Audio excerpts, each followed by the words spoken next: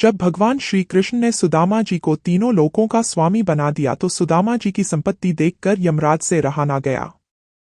जब भगवान को नियम कानूनों का पाठ पढ़ाने के लिए अपने बही खाते लेकर द्वारिका पहुंच गई, भगवान से कहने लगी कि क्षमा करें भगवान, लेकिन सत्य तो ये है कि यमपुरी में शायद अब मेरी कोई आवश्यकता नहीं रह गई है, इसलिए मैं पृथ्वी लोक के प्राणियों के कर्मों का बही खाता आपको सौंपने आया हूं।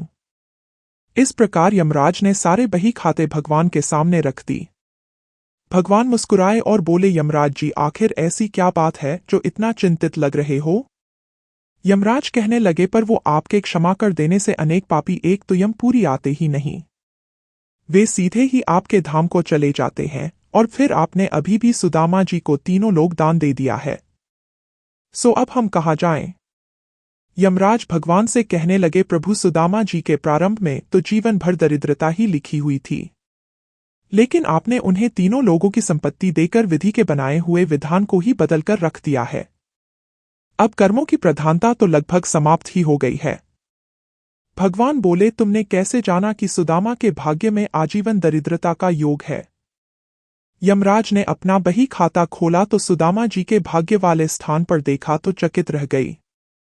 देखते ही जहां त्रिक्षय संपत्ति का क्षय लिखा हुआ था, वहां स्वयं भगवान श्री कृष्ण के उन्हीं अक्षरों को उलटकर उन्हें स्थान का यक्षत्री लिख दिया, अर्थात कुबेर की संपत्ति। भगवान बोले, यमराज जी, शायद आपकी जानकारी पूरी नहीं है। क्या आप जानते हैं कि सुदामा ने मुझे अपना सर्वस्व अर्पण कर दिया था? मैंने तो सुदामा के केवल उसे उपकार का प्रतिफल उसे दिया है।